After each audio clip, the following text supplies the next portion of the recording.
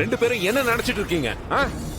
Sir அது வந்து எதுக்கு நீங்க ரெண்டு பேரும் அந்த வீட்டை விட்டு வெளியில வந்தீங்க சொல்லுங்க. அந்த வீட்டுல நாங்க இருக்கிறதுக்கு அவங்க கொடுத்த டைம் முடிஞ்சு போச்சு. அதனாலதான் நாங்க வந்துட்டோம். என்ன சிவா இது?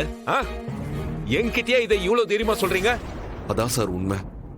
டைம் முடிஞ்சது நீங்க வந்துட்டா நான் உங்களுக்கு கொடுத்த டாஸ்க யார் முடிக்கிறது சொல்லுங்க.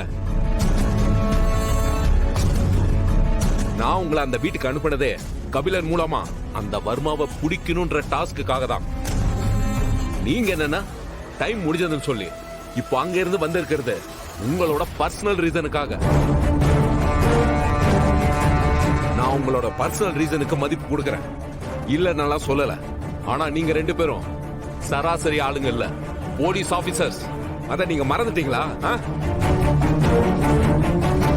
உங்களோட சொந்த விருப்பு வெறுப்புகளை விட டியூட்டி தானே உங்களுக்கு ரொம்ப முக்கியம்.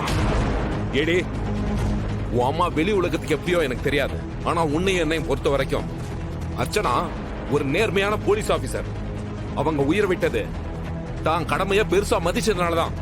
அதை நீ மறந்துடாத. நீங்க ரெண்டு பேரும் என்ன நடந்திருந்தாலும் என்கிட்ட ஒரு வார்த்தை கூட சொல்லாம அந்த வீட்டை விட்டு வெளியில வந்திருக்க கூடாது. I accept this sir.